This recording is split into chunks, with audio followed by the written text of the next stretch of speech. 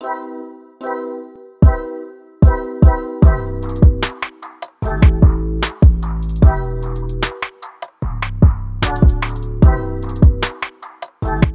momento atual que nós estamos vivendo, pessoal, e eu não estou falando do Brasil, mas inclua o Brasil nisso tudo que eu vou falar, porque hoje o mundo ele está sendo,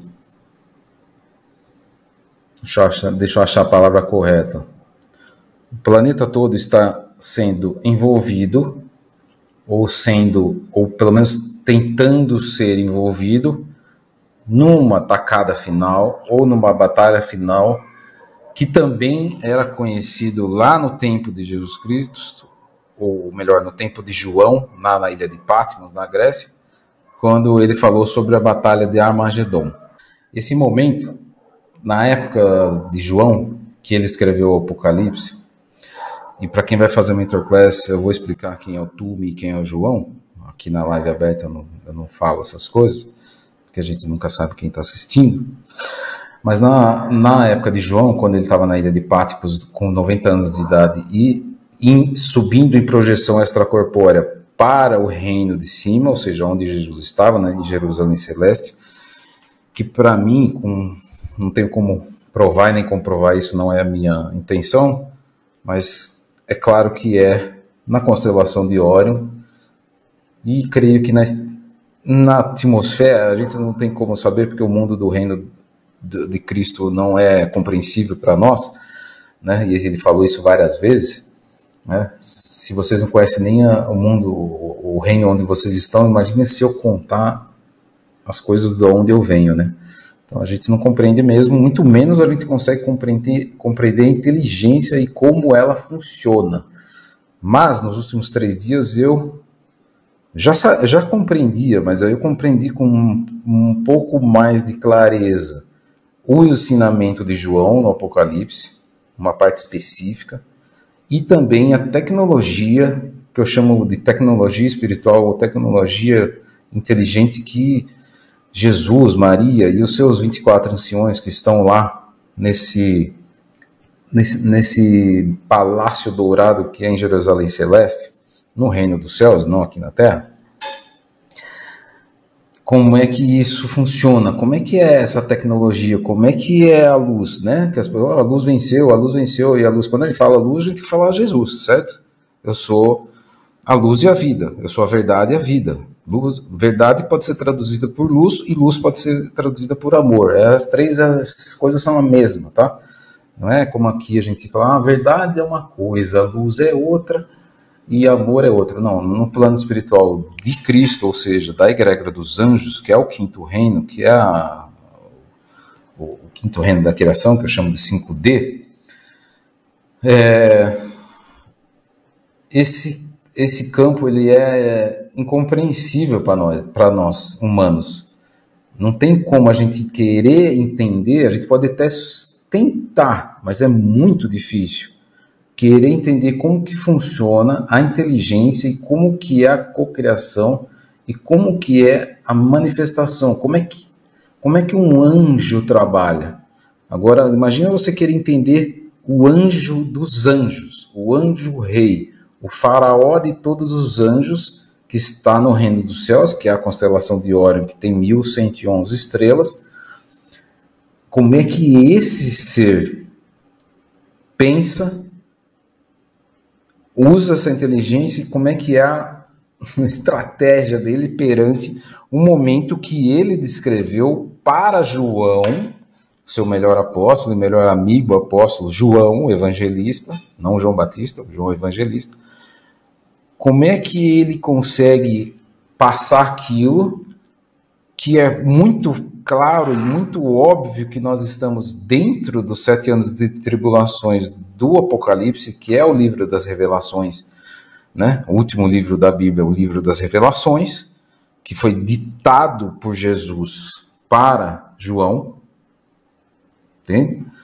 João saía do corpo, para quem não está tão acostumado com as coisas que a gente fala.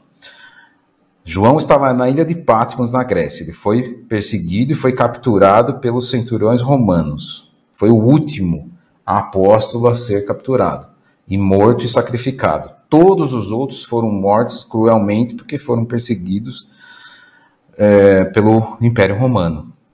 Nenhum deles saiu ileso, mas todos eles saíram com a alma diretamente para Cristo. Eles não tinham medo nenhum da morte, né? Porque, lógico, conheceram o Mestre, um ser translúcido, um anjo andando sobre a terra. Eles sabiam que não tinha problema morrer, né? Acho que o Paulo, né, falou muito disso. Tem um filme no YouTube que fala disso, sobre o Paulo, né? Que ele fala muito sobre isso, né? Tem uma frase, mas agora eu não vou lembrar, do Paulo que fala sobre isso. E todos eles foram mortos cruelmente, né? Os mais conhecidos são Pedro, que foi crucificado e colocado de ponta cabeça ali, né, em Roma, onde é o Vaticano hoje. Depois o Tiago, né, aquele que foi, porque a maioria, quer dizer, todos eles, após a crucificação, saíram, porque Jesus ficou 40 dias com eles após a crucificação, e quem vai para Israel comigo em março vai em todos esses locais pisar em loco em todos esses lugares onde tudo isso aconteceu, em vários pontos. Onde se vai em Israel, onde se pisa é história, né? E tudo aconteceu mesmo. Então, ali depois da crucificação, ele ficou 40 dias, né, com os apóstolos ali no Mar da Galileia, ali naquela prainha ali onde ficava a casa da sogra do Pedro, né, em Cafarnaum. Ele se transfigurava, já estava como um ressurreto, mas em corpo já não físico, ou seja, aparecia, desaparecia, saía das águas, andava sobre as águas, vinha, falava, explicava, passava horas e horas falando com os apóstolos, dando as orientações, dando a estratégia de como levar o ensinamento do plano do reino dos céus aqui na terra para formar uma massa crítica de 33,3% da população desse mundo terreno com o coração conectado com Cristo, né? E para isso, esses apóstolos tiveram que sair depois desses 40 dias como peregrinos e como missionários pela Europa e pelo Oriente Médio para passar todo o ensinamento que Jesus deixou. Quando ele morreu, não é que ele morreu e esses ensinamentos dele morreram, não. Os apóstolos tiveram que levar esses ensinamentos. Como? Escrevendo o quê? Os evangelhos, os livros, né? Das suas experiências que eles mesmos viram com os próprios olhos e transformaram isso num livro, que é o livro sagrado, que é a Bíblia. Certo?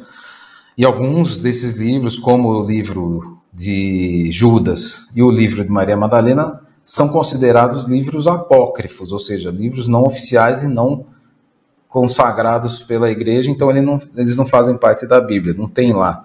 Tem o livro de Lucas, tem o livro de João, tem o livro de Pedro, tem de todos, mas não tem de Maria Madalena nem de Judas. Mas tem aí na internet, tá? Quem quiser buscar, tem aí PDF, tudo free, né, para ler. Tem, acho que até no YouTube, áudio para ouvir tudo. A gente não sabe se é tudo da íntegra, né, mas esses pergaminhos de Judas, por exemplo, foram encontrados lá no Egito, né? São os pergaminhos de Nag Hammadi, né, em 1943. Não é tão perto, né? Mas é mais ou menos na mesma época quando encontraram os pergaminhos do Mar Morto dos essênios, que formaram todo o Velho Testamento, né? Que completaram, né? Que está lá no museu em Jerusalém, Israel, o museu dos pergaminhos do Mar Morto, né? Super moderno. Então, os 12 apóstolos saíram para levar os ensinamentos de Cristo. Então, o Tiago foi para onde? Foi lá para a Península Ibérica, né? Lá para a Espanha, lá para a ponta lá do continente europeu, né? Pelos caminhos que levavam a Roma, né? Saiu de Jerusalém, os caminhos de Jerusalém levavam para Roma, óbvio, porque todos os templários acabaram refazendo esses caminhos, então era normal o Império Romano ter o caminho, uma estrada direto para Jerusalém, né, de Roma para Jerusalém, e de Roma para todos os outros, não eram países na época, né, mas todas as outras colônias do Império Romano, na Europa. Né? Então esses caminhos saíam sempre de Roma, porque o Império era romano. E depois que caiu o Império Romano, né, depois de séculos depois de Cristo, caiu o Império Romano, essas trilhas continuaram e foram usadas lá a partir de 1250 pelos templários, os cavaleiros templários, que daí faziam realmente todos esses caminhos. Então, quando vocês ouvem todos os caminhos levam a Roma, porque Roma era a central de tudo. E aí, os apóstolos usavam esses caminhos. Então, eles iam de alguma forma para Roma, mesmo sendo um local perigoso, porque era onde ficava o imperador, né, e os seus centuriões, a sua guarda imperial, que era na verdade a dirigência, ou seja, eram os diretores encarnados da grande besta na época, e hoje são os mesmos, só que não são mais romanos e nem tem um Império Romano como lastro no plano físico, mas sim a NOM. Estão entendendo? A NOM são esses mesmos em outra época, 2022 anos depois, 23 anos depois, mas não mais com roupas de imperadores romanos. Não mais como Calígulas, não mais como os Neros, não mais como os Júlio César, foram vários Júlio Césares, né? Não mais como... me escapou os nomes de um dos piores, não mais como Brutus, que Brutus era o traidor do Júlio César, mas os Brutus também estão no meio hoje, da mesma forma, são os traidores desses, não deixa de ser também arconte, mas são da mesma estirpe, né? Só que um trai o outro, como se fossem cobras de várias cabeças, né? Então a época é outra, mas os inimigos são os mesmos. A época é outra, mas o mestre ainda é o mesmo. A época é outra, as pessoas eram outras, mas nós somos os mesmos. Não se enganem, nós somos os mesmos ainda. Só que com um invólucro carnal diferente. Só isso que muda.